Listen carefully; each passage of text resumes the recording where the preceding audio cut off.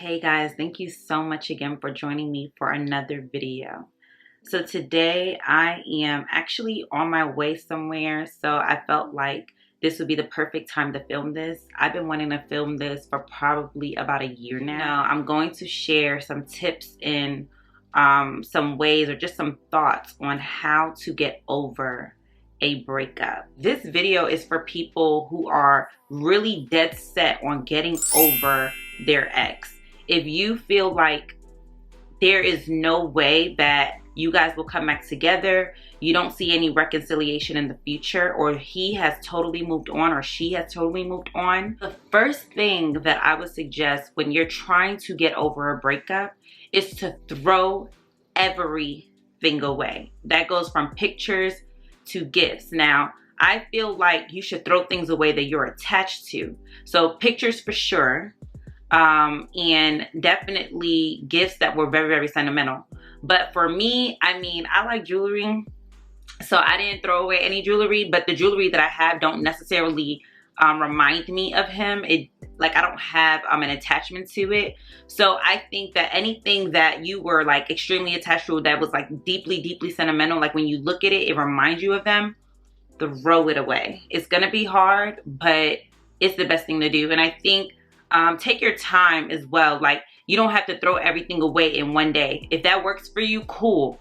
If you throw things away each quarter of the year, that's cool. Anything, if you look at something and it's like, dang, that reminds me of him, throw it away. I could tell you that it took me probably about a year or two to finally throw multiple things away because I received so many things from this person. But it would be like a time where I would look at a certain item and I'm like, yo, that reminds me of him, I'm throwing it away. So yeah, so the first tip is to throw it away. The second thing I suggest on how to get over a breakup, get over your ex, is to tell your families, like, hey, tell your friends and family, like, hey, can you stop talking about them? Can you stop bringing them up? Because sometimes them bringing this individual up is going to keep you in the past. And that is not healthy. You should ask them to respect your space and tell them, hey, I'm trying to get used to not having them in my life. You bringing them up brings them back into my life, and I don't like that. And your true family and friends will respect your space. But the ones that are also used to having them around, hopefully will respect your space and say, okay, you know what? I'm not gonna do that anymore because I don't like the way it makes you feel. And I'm going to help you move on by not talking about them. So yeah, the second step is to tell your family and friends to please stop bringing them up. The third thing that you should do, that I suggest doing, is cutting off all of their friends and family. This is like one of the hardest things because whenever you end up being in a relationship, both friends and family merge, and it's like almost kind of like people are becoming one. Like, people are learning other people's habits. People are hanging out with other people. People are going to cookouts. People are going to family gatherings. But once you guys are no longer together, it becomes awkward. It becomes strange if you continue to be in that person's life. And I would suggest cutting all of them off, especially from my experience. It's not wise to continue to go to functions if you guys are not together. And you also want to make sure that you are setting a statement, like, if I'm not in your life, I can't be in your friend's life either. Now, sometimes there are other cases where there are rare cases to me. I haven't studied this. Let me not say rare cases, but there are times where I've seen where, you end up being friends with your ex's friend because you guys really built a true friendship outside of your ex when you and your ex were together. I think those cases are exempt from this rule because true friendships can be birthed from building other relationships. However, the only way it would even work outside of your ex is if they never brought them up. And if they are super close to your ex, there may be a time that they bring them up and it may hurt you. So I say, even if it's not to cut them off forever, at least for your healing process, I would suggest cutting them off for the healing process. Maybe you can go back and talk to them later in life, but I suggest cutting them off. I even have a story about that one time. There was this girl, like I was super cool with her. There was a couple people, I cut them off. Like I had to cut them off because being around them reminded me of my ex. I couldn't talk to them freely or, you know, ask them for, you know, advice or anything like that because so much of who they were to me was surrounded by my ex. So I would have people that were in my life that literally would ask me questions about my ex when I was trying to get over him. That's not healthy. And I don't think anybody should go through that. It hurts and it's very, very painful. It doesn't only mean cutting friends and family. You may sometimes have to stop going to certain places that remind you of them for a while just so that you can repair and heal again. Sometimes you gotta like let some people go. Sometimes you gotta let places go. Sometimes you're not gonna be able to go to that restaurant like you used to because it's going to remind you of them until maybe in a year or two when you're actually in the healing, when you're actually moving forward and actually healed from it. But I always suggest, you know, cutting things off because it is going to help you move forward way smoother. And of course your process is unique to you, but do your best to let them go, cut them off, and you will see a significant change in your healing process. The next thing I want to remind you is this process is very, very different. There are some people that were with their ex for 10 years and they could get over them in a week. And who knows if them getting over them in a week was really just the end stages of them getting over their ex. They may have been with that person for 10 years, but they actually fell out of love 5 years prior. So it was easy. It seems like they got over their ex in a week, but they actually were over their ex 5 years ago. They say time heals all, but I believe that when time and intentional effort heals all. So you don't need to rush into this thing where you're thinking, okay, well, I'm going to get over you in a day. I'm going to get over you in 24 hours. It's not going to happen that way every single time, depending on how deeply invested you were in the relationship and also depending on how you were, how long the relationship actually lasted. All I'm saying is you have to be patient. You have to give yourself time. Give yourself time. Give yourself time for God to work on you. Give yourself time for you to get to know who you are again. It's not going to be a 24-hour process. I remember one time, one of my old mentors, she told me, she said, Blessing, it hurts really bad right now. And you may cry your eyes out tonight. And you may cry your eyes out tomorrow. For a whole month, you may cry your eyes out. But the next month, you may cry your eyes out maybe 12 out of the 30 days. Or the next week, you may go back to crying. Or in a year, you won't even remember. So the thing is, every day is going to look different. You may have a period where you are sad for like 14, 15, 20, 30, 50 days. But that 51st day is still another day to get back up, and you may not cry that day. You may have an amazing day that day and forget all the things that happened prior.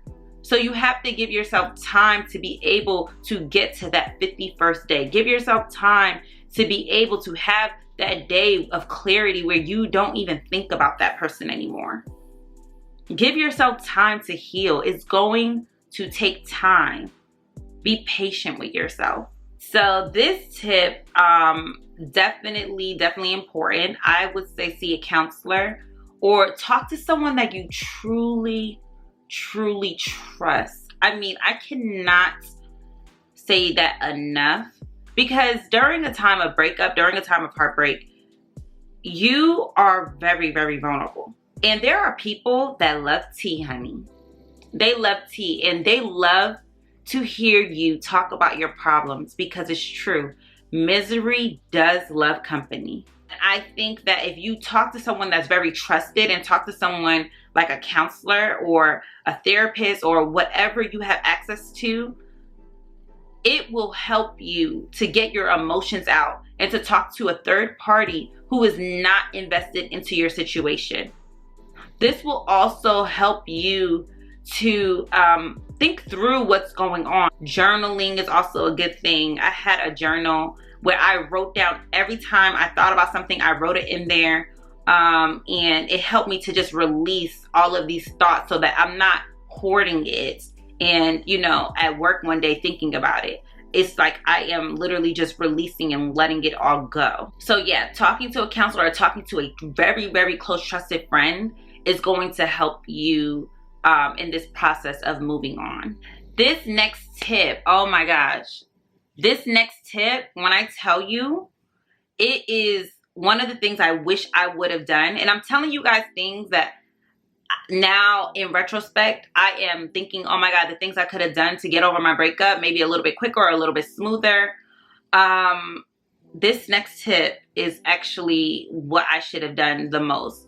Enjoy life. Like, oh my God.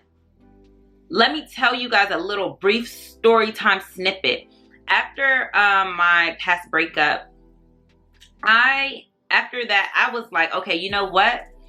I'm going to study for the CPA exam. I'm going to do all of these things. And I became very like over ambitious, and it's all good and stuff like that. But going through a hard breakup and then trying to jump into something very academically challenging is not smart for me. Other people may thrive in that environment, and if that's what you want to do, go do it. But it was not healthy for me. It wasn't healthy for me because I was so stressed out with studying for the CPA exam. I was so stressed out with doing so much work and also trying to navigate my new normal of not being with this person, and then trying to get over this person at the same time. And it was so much. The best thing I should have done after my breakup was to travel and get to experience new things instead of sitting in a room studying for an exam. Meanwhile, flashbacks of him is popping up in my head, and I'm just sitting here sad. Because also when I was studying for my exam, I isolated myself because I was like, well, I'm going to study for this exam and I don't want to be distracted. I just want to focus. But I couldn't focus because my head wasn't clear. My head wasn't in a space to learn. My head was trying to be in a space to heal, but I was trying to make it learn something totally different and something that was very, very challenging. It wasn't healthy for me. So I will say enjoy life, experience life. Don't be like me and say, okay, well, let me try to go and do the next big thing right away. And, you know, after that, I'll go enjoy life. No, I think you should definitely interweave it in your process. I think if I would have been focused on doing my exam, but also going out and enjoying life, it would have been better for me than when I was just, you know, focusing on the exam and didn't want to do anything else. And it didn't help me at all. It actually slowed down my progress, and I ended up failing my exam because it was just like some days I couldn't focus, and then when I thought I was doing well, I wasn't doing well. So enjoy life. Go out with your friends, go hiking, go travel. I mean, we can't travel right now because of Rona or COVID-19, but go travel, go see the world, make new memories, experience life, go to the spa, do something for you, because for a long time you were doing something with someone else. Create new memories for yourself. Going out and creating new hobbies, creating new memories is going to help your brain also formulate a new process of thinking how it is to be by yourself. And also, some people may not agree with this, especially like, you know, my Christian audience, but I'd say go on dates. Definitely pray about it. You're going to get to a point where you're just like, oh my gosh, like I don't feel like I could be with anyone. I think that if someone asks you on a date, go on the date. Like there's nothing, I don't think there's anything wrong with that. I think that you should step into your new normal of being around other people that are interested in you, because this is going to hurt. The person that you are broken up with is not interested in you anymore. So sitting there and being sad about it and just saying, okay, well, you know, my next person just gonna pop up in my life is not realistic. So go out on a date. If you're not ready to go on it, don't go on it. But whenever you actually feel open to doing it, I suggest doing it. There's nothing wrong with that. That's you showing signs that you're moving forward and you're not allowing your past to hold you back. But I do want to say that if you need the time to continue to grieve, if what I'm saying in this section about enjoying life, if it's not, if you're not in that headspace at the moment, that's okay. If you need the time to grieve before you could step out, before you could create a new hobby, before you can go on a date, do that. Make sure you're taking that time for yourself. Everything I'm saying is very intentionally discussing how to take care of yourself while you're trying to move forward. All I'm trying to tell you is don't sit there. It's okay to be sad. It's okay to be, disappointed and to grieve. It's that there's nothing wrong with that. We need those spaces. But I would suggest do not sulk and sit there, because you do not want to waste the time that you've been given to live a fulfilled life. So the last thing I want to share on how to get over your breakup is to remind yourself that God will never leave you nor forsake you. It may seem like, no one likes you right now. It may seem like, wow, like I can't believe I spent these years with this person. But the truth is that even though you spent these years with this person, you've learned a lot about yourself. You learned about what you like and don't like, but you also been accompanied with God's presence, whether you realize it or not. God is always with you. And I have like a brief story time. Whenever I went through my breakup, I will never forget this prophetic moment I had. And for me, prophecy, the part that I lean towards to the most is when there's someone that doesn't know your situation at all, and they randomly just tell you something that God is trying to tell you, and it just fits the situation perfectly. They don't know you from a can of paint. Just like Jesus was talking to the woman at the well. She had no idea that he was going to say that. So I had a prophetic moment like that. So when I went through my breakup, it was like the week of, I went to the hair salon, and I remember going to the hair salon just kind of sad, but, just really trying to move forward. This is my first week of the breakup. And I started talking to this lady. So to know me is to know I'm going to talk. Okay. So I talked to a lot of people. This lady was talking to me, and she was asking me questions, and she was like a really cool person.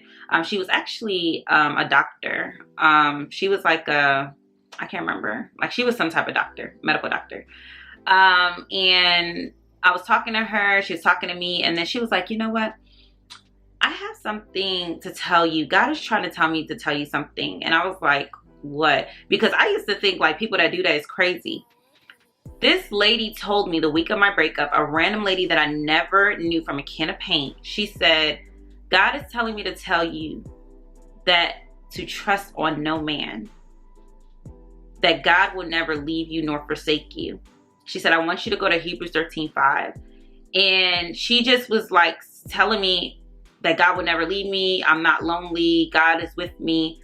I was bawling, because to know the type of breakup that I went through, the goal was to graduate and then move in with this person and to live this life with this person. So to break up right before graduation felt like, wow. So now I'm really just going to be out here by myself.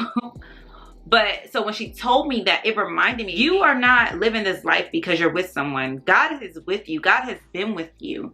And these situations, unfortunate as it may seem, is designed. Like God knows everything from the inside and out. God will never leave you or forsake you. So in those moments, that's when I also realized like, oh my gosh, God is real. Because what were the chances of this lady that never knew me from a can of paint to speak this life into me? Literally. Like, I don't even think she even knew what she was doing. And so this is my conversation with you now. God will never, ever leave you or forsake you. It may seem like you don't know what's going to happen. Maybe you're about to graduate next month. Maybe you're going into this holiday season and you just experienced a breakup. Or maybe your breakup was at the beginning of this year and you're just trying to still figure out how to move forward. I want to remind you that no matter how long it takes you to move forward, no matter what the steps you need to do that's going to work for your situation, God will be with you every step of the way. Call on God. Call on his presence to be alive in your life, and you will experience it. And even when you don't think it's there, even when you don't think God is there, God is with you. I understand, like, it's hard, but I really pray that as we move forward into this next season, as we still try to navigate this pandemic, as we enter new phases into our lives, that we will be able to move forward and we will not allow no man, no woman, no anybody to stand in our way of progress. I pray that you can see God even in the midst of all of this heartbreak. So I'm actually going to close this out in a prayer. So get in any comfortable stance or position that you feel comfortable in, and bow your heads or do anything that works best for you. Lord, I thank you so much for waking us up this morning. I thank you so much for allowing us to see a new day. Lord, I am grateful for all that we have been through. I'm grateful for every person that is watching this, trying to figure out how to get over heartbreak. Lord, you tell us in your scripture, in your word, that you are close to the brokenhearted. You are close to those that don't feel like they can see another day. You are close to those that feel like they have been tore down. But Lord, you also have experienced the pain, and even greater when you came down here to experience a human life in your divine nature. Lord, I pray that each person watching, Lord, that they will experience you even through this pain. I pray that they don't forget you, God. I pray that even if their pain seems to overcome their thought process, that you will remind them that you will never leave them or forsake them. You will remind them that tomorrow is a new day. That you will be with them till the end of time. That no other person defines who they are in you. I pray that as they enter into this new season of singleness, that they will remember that they always have you by their side. I pray for every spirit of depression, every spirit of sadness, even anger or revenge, Lord. I pray that you will remove it from their lives in the name of Jesus. The revenge is yours, God. But even if the revenge is yours, Lord, the lesson is ours. Help us to learn from our mistakes. Help us to learn from our past. Help us to learn from our exes so that we can move forward. I pray for a brighter, a newer day, God. I pray that we will enjoy hobbies that will spur us on into our next season. I pray that happiness will overflow from our lives. I pray that even through the midst of sadness, Lord, your joy will burst through. We will cling on to the people that love us, and we will not allow the people that don't like us to hold us back. I thank you so much for allowing us to experience another day. I thank you so much for being with us always, even when we didn't know you were there. I pray that these individuals watching, that they will receive a sign from you this week that you are with them and you will never leave them. I thank you so much for all that you've done, Lord. In Jesus' name I pray. Amen. So Yeah, thank you so much, guys, for joining me for this video. I hope that it has blessed you. Um, Share this video with someone else if you do feel blessed by the video, so that someone else can know how to get over their breakup or some tips that can help them in this process. And if you have any other tips or prayers or anything that you want to share, leave it down below so that other people can read it and see your suggestions, and also so that I can interact with you. So yeah, thank you guys again for joining me in this video, and I will see you on the next one. Bye.